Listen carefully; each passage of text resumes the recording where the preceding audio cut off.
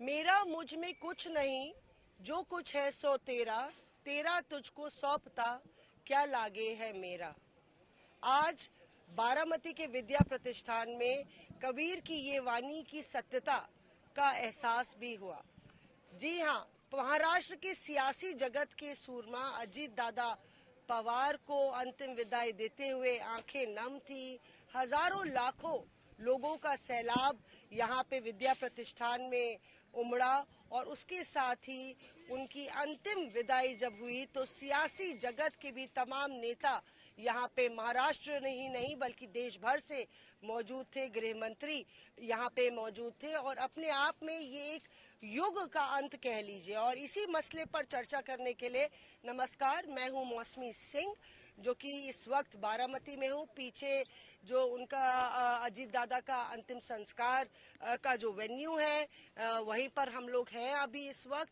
और हमारे साथ महाराष्ट्र के हमारे बहुत ही जुझारू रिपोर्टर्स अभिजीत, अनुजा और ऋत्विक यहाँ पे मौजूद हैं जो बहुत बारीकी से महाराष्ट्र की पॉलिटिक्स को भी कवर करते हैं। और जिस तरीके से तमाम नेताओं का सियासी सफर जो अभी तक तय किया है उन्होंने और आगे क्या घटने वाला है, तमाम ब्रेकिंग न्यूज भी देते हैं।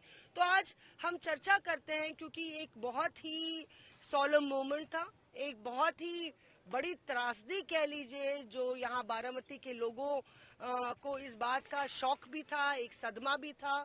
और इससे ये भी पता चला कि अजित पवार का जो परिवार है वो सिर्फ पवार परिवार नहीं है, एक तरीके से जमीन से जुड़े नेता थे। तो पूछते हैं ऋत्विक, आप बताइए सबसे पहले कि माइक भी आपके पास है तो जरा समझाइए, आपने देखा आज जो अंतिम विदाई थी, अ, सबसे बड़ा टेकअवे आपको क्या लगा। क्या ये सच है कि मुझे लगा कि एक उनकी जो शख्सियत है अजीत पवार की, वो यहाँ पे जो भीड़ उमड़ी थी उससे बखान हो रही थी कि किस तरीके से उन्होंने बहुत लोगों की जिंदगी को छुआ। जी बिल्कुल। देखिए, अजीत पवार ऐसी राजनीतिक शख्सियत थी, महाराष्ट्र में ही नहीं बल्कि पूरे देश में उन्हें जाना जाता था अपने काम के लिए, अपने काम के तौर तरीकों के लिए।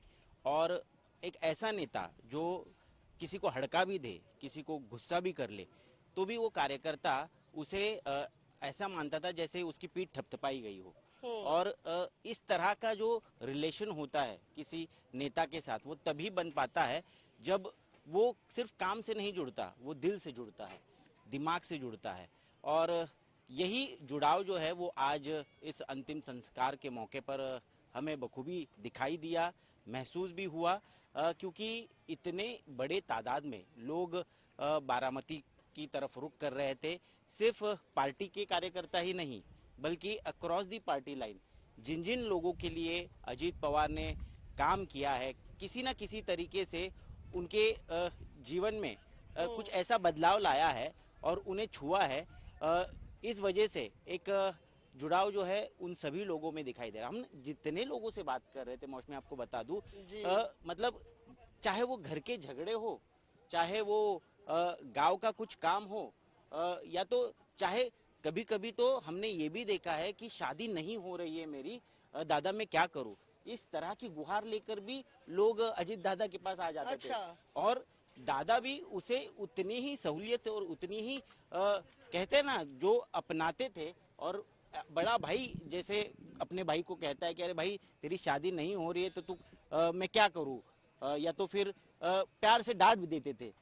इस तरह की रिलेशन जो है ना वो और किसी नेता के किसी कार्यकर्ता के साथ नहीं। हाँ। दिखाई नहीं देते जो दादा के थे। और शायद इसीलिए उन्हें दादा कहा जाता था। दादा यानी बड़ा भाई, दादा यानी कोई ऐसा इंसान, कोई ऐसा आदमी जो घर का बड़ा हो, जिसे हम कुछ भी बता सकते हैं और हमें पता है, हमें विश्वास है कि उसका हल निकालेंगे वो दादा और उसको निपटा देंगे। तो इस तरह के दादा थे अजीत दादा। और इसी तरह का आज माहौल, भले उसमें दुख था, भले कई बड़े पैमाने पर लोग यहाँ पर जो आ रहे थे वो रो रहे थे, वो सोच रहे थे कि आगे जाकर अब उनका क्या होगा, अब किसके पास हम इतने विश्वास के साथ और इतने हक के साथ जाकर अपनी जाएंगे। गुहार लगाएंगे। सवाल वही है अब कि अब दादा के बाद कौन, और किस तरह से सिर्फ महाराष्ट्र की राजनीति नहीं बल्कि पवार परिवार की जो आगे की जो राजनीतिक जो कोई भी चीज होगी वो किस तरह से आगे बढ़ेगी, मुझे लगता है इस पर सभी की निगाहें टिकी हुई है। जो ऋत्विक बता रहे थे अभिजीत, मुझे एक टाइम याद आता है जब वो दिल्ली आए थे और शरद पवार साहब के घर पे हम लोग कवर कर रहे थे। तब हम यूज टू नहीं थे कि किस तरीके से उनका टेम्परमेंट है या कुछ। एक तो काफी स्ट्रिक्ट नजर आते थे कि अरे अच्छा गुस्सैल है, शायद बात नहीं करेंगे। कुछ हम लोग बोल रहे थे तो हम लोग की तरफ मुड़े भी नहीं। एक तो दिल्ली मीडिया, दूसरा गुस्सा, वो गुस्से में फिर निकल गए थे। तब ये एमवीए का काफी झगड़ा चल रहा था और महाराष्ट्र विकास अघाड़ी को लेके अजित पवार खुश नहीं थे। तो जो एक पर्सनालिटी थी उनकी कि अगर नाराज होते थे तो सामने नजर आ जाता। देखो उनकी पर्सनैलिटी बहुत इंटरेस्टिंग पर्सनैलिटी थी। अच्छा। क्योंकि दादा जो थे वो गुस्सेल तो थे, जब भी आते थे लोगों को डर भी लगता था, अधिकारी कांपते थे। प्रशासन में उनका जो एक रुतबा था कि अजीत दादा ने बोला है तो करना है तो करना है, तो एक तरीके से उनका वो तो था ही। बिकॉज वो पूरी तरीके से उनकी राजनीति जो शुरू हुई तो वो शरद पवार जी के एक तरीके से उंगली पकड़कर शुरू हुई थी। लेकिन जब शरद पवार दिल्ली चले गए, दिल्ली की राजनीति में वो सेटल हो गए, तब से यानी कि 1995 से 8 बार वो चुनकर आए हैं। पिछले 3 बार 1-1 लाख से ज्यादा वोटों से चुन के आए हैं।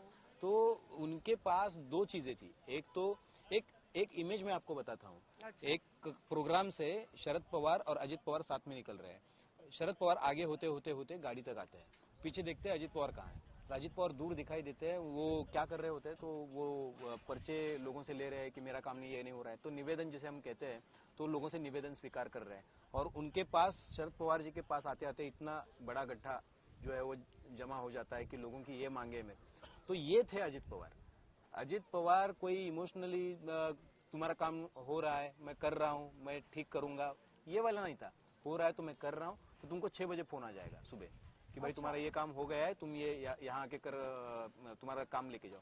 कल मुझे एक आदमी ने बताया कि यहाँ के एक फार्मास्यूटिकल एसोसिएशन है, उनके एक ऑफिस बनवाना था, 5 लाख रुपए कम पड़ रहे थे। वो गए अजित दादा के पास, अजित दादा ने देखा कि क्या है, तो पढ़ा, अच्छा इतना ही है।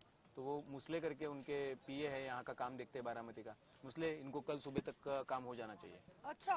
दूसरे दिन सुबह फोन आ गया कि आपका चेक ऑफिस से लेके जाइए, दादा ने बोला है कि आज के आज होना चाहिए। सुबह 6 बजे दूसरे दिन काम हो गया आपका, 24 घंटों के अंदर काम होता था।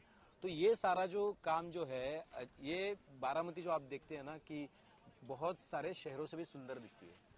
तो यहाँ की इमारतें हो, यहाँ का एस्थेटिक्स हो, यहाँ की इतना सारा ग्रीनरी हो, तो ये सारा देन जो है वो अजित पवार का है। बिकॉज उनको ये पसंद था, कूड़ा कचरा पसंद नहीं था, गाड़ी की और छींटे पसंद नहीं थी। उनका हाथ भी आप देखोगे तो आपको पता चलता था कि ये आदमी एकदम साफ सुथरा, यानी कि एक तरीके से उनका रहन सहन, उनकी पूरी पर्सनालिटी जो थी, और वो उसी तरीके का माहौल भी बनाना चाहते थे। हर तरफ जाते थे, कहीं कुछ देखने सरकारी काम चल रहा है, देखेंगे ये कलर लग रहा है, ये ठीक नहीं लगा है, ये कौन है कॉन्ट्रैक्टर, बुला के उसको ही हड़का देते। अच्छा। तो एक एक बारीकी का जो काम होता था ना, तो उनको वो पसंद था। कई लोग उनको बोलते थे कि ये मुकादम जैसे होते हैं ना, वैसे जाके देखते हैं। सुबह 5 बजे जाएंगे कनाल देखने, तो ईंट ठीक से लगी है, पत्थर ठीक से किए है, जो भी बालू वालू यूज किया है वो अच्छी क्वालिटी का है, सीमेंट ठीक यूज किया है। तो ये थे अजित पवार। बारामती उनके लिए बारामती कमिटमेंट से ज्यादा दिल था, हृदय था। वो उनकी राजनीति भी शुरू हुई 91 से, यहाँ पे लोकसभा चुनकर गए। शरद पवार जब वापस लोकसभा गए तो वो विधानसभा आ गए, 8 बार चुनकर आए। और अभी कल भी अपने लोगों के बीच प्रचार के लिए आ रहे थे, प्रचार के लिए लोगों के बीच आ रहे थे। तो सुबह सुबह उनका काम शुरू होता था 6 बजे, 9 बजे पहली सभा थी उनकी, 9:15 बजे जल्दी मतलब तो निकल गए। और वो गए भी इसी भूमि में, बारामती में आके। और लोगों को पहचाना मुश्किल हो गया, तो पहचाना तो कैसे पहचाना, तो हाथ में घड़ी थी, जो पहनते थे वॉच हाथ में, उससे पहचाना। घड़ी उनकी पहचान थी, घड़ी उनका सिंबल था पार्टी का। तो ये आयरनी रही है। अजीत पवार एक भागदौड़ वाला आदमी था, सच में बताऊं, मैं 20-22 साल से देख रहा हूँ उनकी राजनीति में। कभी भी आप ऐसा नहीं देखोगे वो 8 दिन है ना चले गए कहीं पे, परदेश चले गए, वैकेशन मना रहे, कभी नहीं आपने देखा होगा। आपने कभी नहीं देखा होगा कि वो महाबलेश्वर चले गए, लोनावाला चले गए, कभी नहीं देखा होगा। वो भागदौड़ वाला आदमी था, जिंदगी भर लोगों के लिए भागदौड़ करता रहा, लास्ट आखिरी मोमेंट तक भागदौड़ करता रहा, और भागते भागते चला भी गया, लोग देखते रह गए। कि जैसे अजित पवार का काफिला निकलता था और लोग देखते रह जाते थे, अजित वैसे पवार वो आज चले जिंदगी से निकल गए और लोग देखते रह गए। और जिंदगी से निकले, पर मुझे लगता है यादों में हमेशा रहेंगे अनुजा। जिस तरीके से उन्होंने ये बता ही रहे अभिजीत की लोगों को पर्सनली किस तरह से कॉन्ट्रैक्टर है या किसी को पैसा कम पड़ रहा है तो इस तरह से दे देते थे। जो जिक्र उन्होंने किया, मतलब मैं उससे पहले आने से पहले कि जो पंचायत के चुनाव, परिषद के चुनाव आ रहे हैं और उसको लेके वो लगातार कैंपेन कर रहे थे, उससे पहले मैं पूछना चाहती हूँ एक तस्वीर जो आपको लगता है आज यादगार मतलब रहेगी एक दुख के अंबार में। क्या आपको लगता है कि सबसे तस्वीर जो झलक आपको दिखी, क्योंकि मैंने देखा कि सुप्रिया सुले और सुनेत्रा पवार एक साथ जो है वहाँ पे स्टेज पे उनको लेके जा रही हैं, सुप्रिया तमाम गेस्ट से मिल रही हैं, किस तरह से गृह मंत्री से अमित शाह से सुनेत्रा जब उतरी तो उनसे गृह मंत्री से बात की उन्होंने। तो क्या तस्वीर आपको लगता है कि आज की आइकॉनिक तस्वीर थी? दो तस्वीरें मुझे ऐसी लगी कि जो सबने उसके ऊपर ध्यान देना चाहिए। पहली, जैसे आपने कहा, सुप्रिया सुले इस मामले में बहुत महत्वपूर्ण रहती है, क्योंकि अब तक ये चर्चाएं होती थी, जब तक राष्ट्रवादी कांग्रेस में स्प्लिट नहीं था तब तक ये चर्चाएं होती थी कि शरद पवार का वारिस कौन होगा, राजनीतिक वारिस कौन होगा, उनकी बेटी होगी या उनका या फिर अजित पवार होंगे। तो जब पार्टी स्प्लिट हो गई तो बहुत सारी चीजें साफ भी हो गई, लेकिन आज ये जो दिन हुआ है उस बीच में लोकसभा चुनाव में सुप्रिया सुले वर्सेस सुनेत्रा पवार यही लड़त हुई थी, जिसमें सुप्रिया सुले जीत गई। फिर विधानसभा चुनाव थे, तभी भी दोनों चचेरे भाई एक दूसरे के, एक्चुअली अजित पवार और युगेंद्र पवार जो शरद पवार के पोते भी है और अजित पवार के भतीजे हैं, तो वो एक दूसरे के सामने आए थे, तो परिवार में ही लड़त हुई थी, जो लोकसभा चुनाव हो या विधानसभा चुनाव हो। लेकिन आज जिस तरह से, आज या फिर कल से आप देख सकते हैं कि दोनों गए थे संसद का, अभी पार्लियामेंट सेशन चल रहा है तो दोनों वहीं पे थे। संसद सत्र छोड़ के सुनेत्रा पवार को यहां तक लेके आने की पूरी जिम्मेदारी जो है वो सुप्रिया सुले ने संभाली। यहां पर भी सारे परिवार के लोग थे, लेकिन सुनेत्रा पवार को स्टेज पर आप लेके आओ, वो जब नमन कर रही है तो उनको संभालो, वो रो रही है तो उनको संभालो, फिर से उनको नीचे लेके जाओ, फिर जो जो लोग आ रहे हैं वीआईपी गेस्ट है उनको मिलाओ। ये सारी जिम्मेदारी जो थी वो सुप्रिया सुले संभाल रही थी। यहाँ पे आके बहुत लोग यहाँ पे आए थे, पुलिस वहां पे खड़ी थी, पुलिस और जो लोग आए थे उनमें बहुत सारी हमें झगड़े भी देखे, लेकिन उसमें भी सुप्रिया सुले आई और उन्होंने पुलिस को बोल दिया कि आप लोगों की बात मानिए, आज के दिन आप लोगों की बात मानिए, आप पुलिस हो, आप नीचे बैठ जाओ, लोगों को ये सारा जो है वो जो देखने आए हैं वो देखने दो, उनको यहाँ पे अभी आप वो सम्मान दे दो। तो ये सारी जिम्मेदारी जो है वो सुप्रिया सुले ले रही थी, तो वो एक दिलचस्प चीज है। और दूसरी चीज जो शायद हमारे बातों में अब तक नहीं आई है वो ये है कि जब केंद्रीय गृह मंत्री अमित शाह स्टेज पे आए, उन्होंने श्रद्धांजलि अर्पित की और वो निकल रहे थे, जी फिर जी। प्रफुल्ल पटेल आए, उन्होंने अमित शाह को रोका और फिर से उन्होंने बोला कि आप जय पवार और पार्थ पवार को मिलिए, जो अजित पवार के दोनों बेटे हैं। बेटे हैं। तो उनसे भी उनकी मुलाकात कर दी गई। जब अब तक हम लोग देख रहे थे कि एकनाथ शिंदे पूरे फैमिली के साथ दिल्ली में आते हैं, अमित शाह या फिर नरेंद्र मोदी से मिलते हैं, अजित पवार यूजुअली अकेले ही जाते थे या फिर सुनील तटकरे या प्रफुल्ल पटेल के साथ जाते थे। आज उनके परिवार से मुलाकात करने की जिम्मेदारी एक तरह से प्रफुल्ल पटेल ने संभाली है, जिसके यहाँ पे ऐसे अर्थ निकाले जा रहे हैं कि प्रफुल्ल पटेल चाहते हैं कि अगली जो राष्ट्रवादी कांग्रेस की जो भी राजनीतिक चाल हो वो बीजेपी के साथ हो, ना कि वो शरद पवार के साथ हो। ऐसे अभी अर्थ निकाले जा रहे हैं। ये प्राइमा फेसी हम लोग बोल सकते हैं, क्योंकि अब तक किसी ने भी कोई भी मूव साफ नहीं की है, लेकिन आज प्रफुल्ल पटेल का ये जो जेस्चर था कि वो अमित शाह को रोक रहे हैं और अजित पवार के बेटों से मिला रहे हैं, तो इससे ये मतलब यहाँ पे निकाला जा रहा है। जैसे बहुत इंटरेस्टिंग चीज अनुजा ने बताई ऋत्विक, और अगर अभिजीत भी इसमें ऐड करेंगे, जो इक्वेशंस थे, सबसे पहले शरद पवार आके जब बीच में बैठे, उसके बाद नितिन गडकरी उनके बगल में आके बैठते हैं, क्या उसके भी सियासी मायने हैं? और जिस तरीके से तमाम महाराष्ट्र के तमाम अलग अलग पॉलिटिकल पार्टी के लीडर्स, राहुल गांधी का भी मैसेज शायद कंडोलेंस लेके आए, राहुल गांधी ने भी फोन पे बात की, तो आपको लगता है क्या पॉलिटिकल इक्वेशंस जो हैं वो काफी कुछ बदल जाएंगे अजित पवार के जाने से, या अभी जो है वॉलेटाइल है? जी देखिए, बिल्कुल जब कल से हम लोग कई सारी चीजें यहाँ पर देख रहे हैं जो पर्दे पे नहीं दिखती, जो पर्दे के पीछे भी होती है। ऐसी कुछ चीजें जो सुनने में आ रही है, उसमें ये प्रतीत हो रहा है कि अब तक फैमिली में कोई भी डिसीजन जब लेना हो, तब सिर्फ फाइनल वर्ड जो होता था वो शरद पवार का होता था। फैमिली ही क्या, महाराष्ट्र की राजनीति में भी इतने दशक से शरद पवार का फाइनल वर्ड माना जाता है। लेकिन आज स्थिति कुछ बदली सी नजर आ रही है। कल से जो कुछ निर्णय लेने थे, जैसे सीएम देवेंद्र फडणवीस ने कहा कि कब होगी अंतिम विधि, अंतिम संस्कार कब होगा, इस बारे में हम परिवार से चर्चा करेंगे। परिवार इकट्ठा जब आएगा तब निर्णय लिया जाएगा और उसके हिसाब से सारी व्यवस्थाएं की जाएगी। लेकिन जब शरद पवार बारामती पहुंचे और जब सुनेत्रा पवार और सुप्रिया सुले दिल्ली से पहुंच रही थी बारामती, तब तक कोई भी निर्णय नहीं लिया गया था। उसके बाद हमने देखा जब हॉस्पिटल में जो पार्थिव शरीर रखा गया था अजीत पवार का, उसे लेने के लिए जय पवार पहुंचे। जय पवार के बाद वहां पर सीएम, डीसीएम, राज्यपाल वो भी मौजूद थे। पूरी जिम्मेदारी जो थी लाने की, ये व्यवस्था पूरी करने की, वो जय पवार और पार्थ पवार सबसे आगे दिख रहे थे। जाहिर सी बात है दोनों बेटे हैं, लेकिन शरद पवार कहीं न कहीं इससे दूरी बनाए नजर आ रहे थे। अगर ऐसा कहे तो गलत नहीं होना चाहिए, क्योंकि उनकी उम्र भी ज्यादा हो गई है, लेकिन जो रुतबा, जो दबदबा उनका परिवार में हमेशा से दिखाई देता था, वो इन सारी 2 दिनों में जो है वो नहीं दिखाई दिया। सुनेत्रा पवार हो, जय पवार हो और पार्थ पवार हो, तीनों सारे अहम फैसले ले रहे थे। और जिस तरह से ये विधि संपन्न होनी है, कहाँ होनी है, कब होनी है, उसके सारे निर्णय प्रक्रिया का अहम हिस्सा जो है वो अजीत पवार की फैमिली लेते हुए नजर आ रही थी। उसमें ज्यादा से शरद पवार या सुप्रिया सुले का नहीं दिखाई दे रहा था। अब परिवार इकट्ठा है, परिवार बहुत बॉन्डेड है, ये बात तो है ही, लेकिन जब राजनीति की बात आती है तब ये दिखा दिया है अजीत पवार ने कि उनकी राजनीतिक महत्वाकांक्षाएं क्या है और उसके लिए वो किस हद तक जा सकते हैं। अब क्योंकि सिर्फ अजीत पवार ही राजनीतिक तौर पर अलग नहीं हुए, उनका परिवार भी उनके साथ में था। जैसे अनुजा ने कहा कि सुनेत्रा पवार उनके खिलाफ लड़ी, योगेंद्र पवार के खिलाफ अजीत पवार यहाँ पर विधानसभा में लड़े।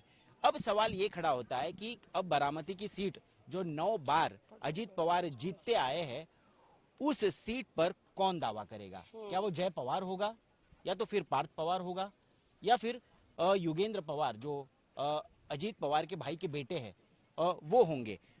यहाँ पर कहीं ना कहीं एक रंजिश देखने को मिल सकती है और उसी पर तय होगा कि आखिरकार ये राजनीतिक विरासत जो अजीत पवार ने एक अलग राजनीतिक निर्णय लेकर शुरू की है, उसे आगे कौन बढ़ाएगा। अगर बताया जा रहा है कि जय पवार ही असली दावेदार हो सकते हैं, क्योंकि पार्थ पवार पर कई सारे आरोप हुए, हाल फिलहाल में करप्शन के आरोप हुए हैं। हमेशा से वो कंट्रोवर्सी में रहते हैं। इसके पहले भी उन्होंने चुनाव लड़ा है, लेकिन उन्हें खासा यश प्राप्त नहीं हुआ है। तो ऐसे हालात में 2019 में लड़ा था उन्होंने, 2019 में लड़ा था उन्होंने, लोकसभा भी लड़ी थी रायगढ़ डिस्ट्रिक्ट से। तो ऐसे कई बार कहीं ना कहीं पार्थ पवार को राजनीति में लॉन्च करने की कोशिशें हुई है, लेकिन वो असफल हुई है। तो अब जय पवार क्या एक वाइल्ड कार्ड एंट्री लेकर, और ऐसी स्थिति में जो कि सबके लिए शॉक वैल्यू है, क्या उसे आजमाया जा सकता है? क्या जय पवार अब सेंटर स्टेज लेंगे और एक नई राजनीति की शुरुआत पवार फैमिली में करेंगे? ये देखना मुझे लगता है बहुत दिलचस्प होगा। इसी पे अभिजीत आ जाते हैं, क्योंकि जो आगे की सियासत का की एक अग्नि परीक्षा होने वाली है, वो विधान परिषद के चुनाव है। तो जरा समझाइए कि आपको क्या लगता है कि ये जो घटना हुई है, हालांकि हर एक सियासी जो इवेंट होती है उसमें देखा गया है कि सहानुभूति का भी बहुत बड़ा योगदान होता है, और किस तरीके से आपको लगता है कि विधान परिषद के चुनाव काफी क्रूशियल हो जाए? मुझे लगता है कि अगली राजनीति ही एनसीपी की काफी क्रूशियल है। देखिए मौसमी जी की ये चीज जो है कि एनसीपी लीड करने वाला बंदा ही नहीं है, वो नेता ही नहीं रहा है। लग रहा है गैप हो गया, पूरा वॉइड है, पूरा नहीं पता है लोगों को, नेताओं को नहीं पता है, एमएलएस को नहीं पता है आगे क्या होने वाला है। मैंने कल से कम 1 डजन से ज्यादा नेताओं से बात की है, उनको नहीं पता है, वो असमंजस में। तो जिनको विचित्र स्थिति नहीं है आपको लगता, क्योंकि इतने बड़े नेता पर उनका कोई लेगेसी या उनका कौन उनसे जिम्मेदारी लेगा, ये तैयार नहीं हुआ कुछ? क्या अजित पवार ने कभी खुद ही सोचा नहीं होगा कि उनको इतनी जल्दी अलविदा कहना पड़ेगा? मुझे नहीं लगता कि अजित पवार ने ऐसा कभी सोचा होगा कि इतनी जल्दी ये सारा हो जाएगा। दूसरी बात है कि अजित पवार ये जानते थे कि 2 एनसीपी अलग अलग होकर ताकत नहीं बढ़ा सकते, तो अजित पवार ये जानते थे और उन्होंने एक तैयारी शुरू कर दी थी कि दोनों एनसीपी साथ में लाने की। और अभी अगले ये सत्य है। और इसकी काफी मीटिंग्स भी हुई थी, उनके फैमिली मेंबर से मेरी बात हुई है। तो जो लोग राजनीति में सक्रिय है तो उन्होंने ये बताया है कि दादा ने बोला था कि अभी हमें साथ में आखिरी लड़ना पड़ेगा, अभी कोई चारा नहीं बचा है, अभी साथ में आना ही पड़ेगा। तो उसकी तैयारी चल रही थी। और इसी का एक उदाहरण जो है, म्युनिसिपल कॉर्पोरेशन के इलेक्शन में बहुत सारी जगह पे एक सिंबल पे लड़े एनसीपी के उम्मीदवार। तो ये तैयारी चल रही थी। अब ऐसा है कि पार्टी में निर्णय लेगा कौन, पार्टी का अगला अध्यक्ष कौन होगा, पार्टी के फैसले कौन लेगा, पार्टी के फैसले क्या शरद पवार लेंगे या सुनीता पवार लेंगी या पार्थ पवार लेंगे, और अगर पवार फैमिली से कोई फैसला लेता है तो क्या अभी जो वर्किंग प्रेसिडेंट है, स्टेट प्रेसिडेंट है या फिर बाकी नेता है, क्या वो मानेंगे? पवार फैमिली ठीक है, एनसीपी फैमिली की ही पार्टी रही है, लेकिन अभी उसमें एक विचित्र सी स्थिति पैदा हुई है कि भाई अगर समझो कि अभी जैसे ऋत्विक बता रहे थे कि जय पवार आ जाते कि तो जय पवार एमएलए बन जाएंगे यहाँ से, वो दिक्कत नहीं है, बीजेपी बनवा भी लेगी उनको एमएलए, वो दिक्कत नहीं है। लेकिन ये है कि पार्टी कौन लीड करेगा, क्या पार्टी एक हो जाएगी, क्या पवार फैमिली एक हो जाएगी, बाद में निर्णय लिया जाएगा? तो ऐसा होगा तो पार्टी के जो नेता है क्या वो मानेंगे कि भाई ये कल से आपका नेता होगा? क्योंकि सुप्रिया सुले जी का जो नाम है उसके लिए तो काफी लोग तैयार नहीं थे, आपको भी पता है, एनसीपी के बहुत लोग तैयार नहीं थे। तो ये बहुत असमंजस की स्थिति एनसीपी के लिए बनी हुई है। जितना वेट जो है वो पॉलिटिकल अरेना में है उतना ही एनसीपी में है, उतना ही उनकी फैमिली में है।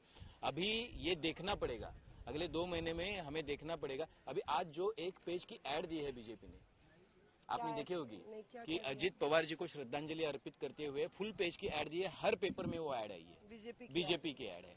तो ये अलग राजनीति है। देखिए बहुत सारे ऐसे नेता है अजित पवार के पार्टी के कि जिनका टिल्ट जो है वो बीजेपी की तरफ है। तो ये सारी बहुत कॉम्प्लिकेटेड सिचुएशन तैयार हुई है। अजित पवार को ये पता था कि ये सारी सिचुएशन बीजेपी जो है अपने दोस्तों को बड़ा करने के लिए तो अलायंस नहीं करती है, उनको भी पता था। तो इसीलिए उन्होंने फिर से परिवार और साथ करने की कोशिश शुरू कर दी थी। अब जो है कि वही बीजेपी है जिन्होंने बोला था कि 70,000 करोड़ का घोटाला किया, वही बीजेपी है जिन्होंने उनको साथ में भी लिया, और वही बीजेपी है अब जाने के बाद एक फुल पेज ऐड भी दे रही है। तो और वही एनसीपी है कि जो असमंजस में है, वही शरद पवार है कि जिनकी आवाज नहीं निकल रही थी कल। तो एक तरीके से वो टूट चुके थे और टूटे हुए नजर आए। ऐसे शरद पवार मुझे लगता है कि महाराष्ट्र में किसी ने नहीं देखे, किसी ने नहीं देखे। तो मुझे लगता है कि बहुत असमंजस है।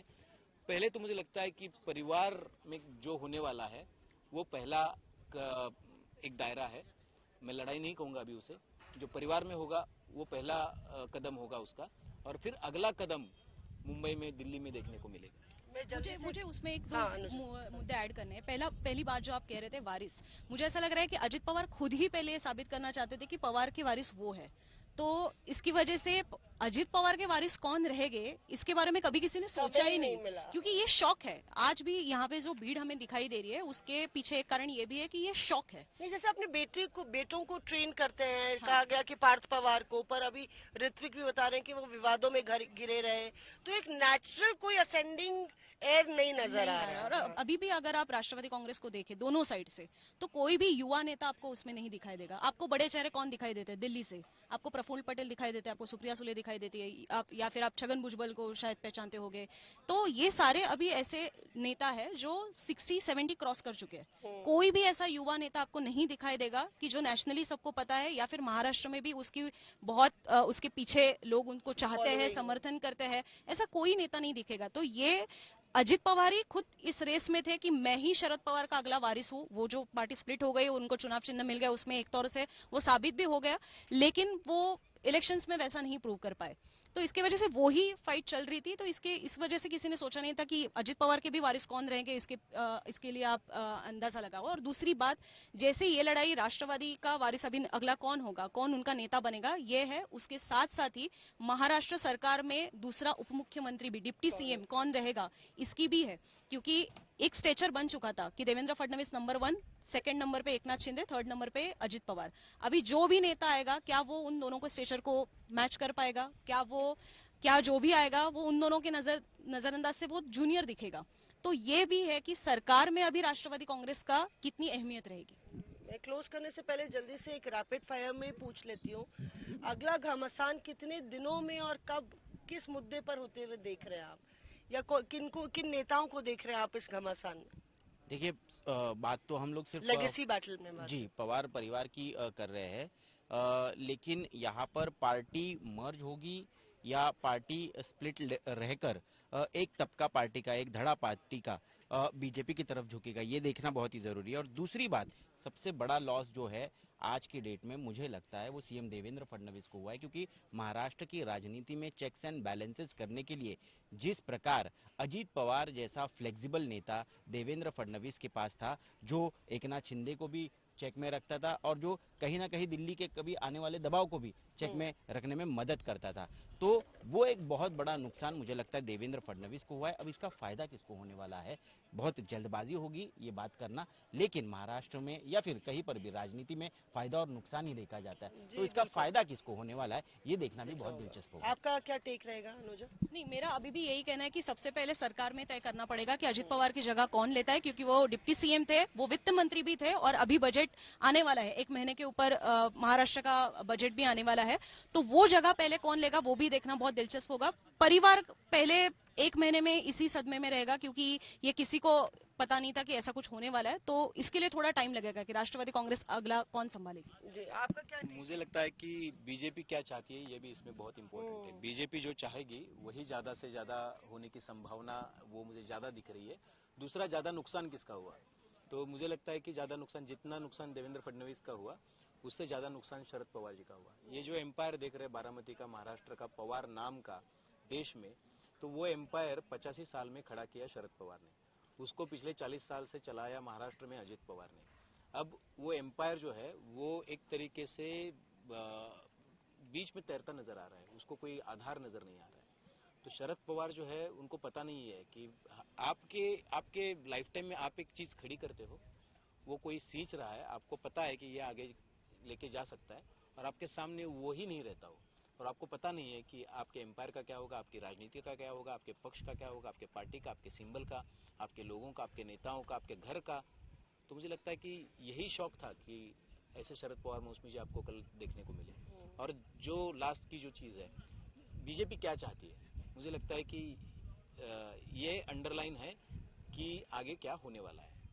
देखिए हम लोग हमेशा ही कहते थे कि अजित पवार एक ऐसे नेता है जिनकी धाक जो है ना सिर्फ महाराष्ट्र में है बल्कि राष्ट्र की सियासत पर भी उनकी धमक देखने को मिलती है, और उनकी एब्सेंस में या उनके जाने से ये और साबित हो जाता है कि किस तरीके से ना सिर्फ महाराष्ट्र की राजनीति को उनके निधन ने, आकस्मिक निधन ने बीच मझधार में लाके छोड़ दिया है, बल्कि देश की राजनीति पर भी महाराष्ट्र की राजनीति अपना सियासी असर डाल सकती है। और यही वजह है कि दिल्ली की नजरें भी अब महाराष्ट्र पर होंगी, क्योंकि महाराष्ट्र को इग्नोर नहीं कर सकती मोदी सरकार भी, और देश की जितनी भी सियासतदान है, आप देखिए कि आज जिस तरीके से उन्होंने इस पूरे आज और कल में इतने कंडोलेंस मैसेज भेजे, और जो बातचीत हुई तमाम नेताओं की, तो ममता बनर्जी से लेकर अखिलेश यादव सभी लोग इस पूरे मसले पर कहीं ना कहीं कोई कुछ विवादों में से जुड़े,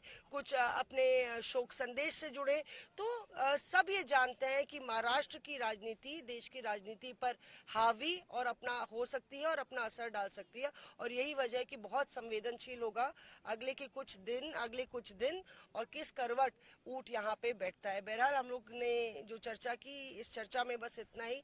उम्मीद करते हैं कि इस पूरे 4 रिपोर्टर्स की चौपाल से आपको कुछ जानकारी और कुछ महाराष्ट्र की सियासत के बारे में पता चला होगा। कैमरा पर्सन सत्या रोत्रे के साथ मौसमी सिंह, ऋत्विक और अभिजीत और अनुजा के साथ बारामती से।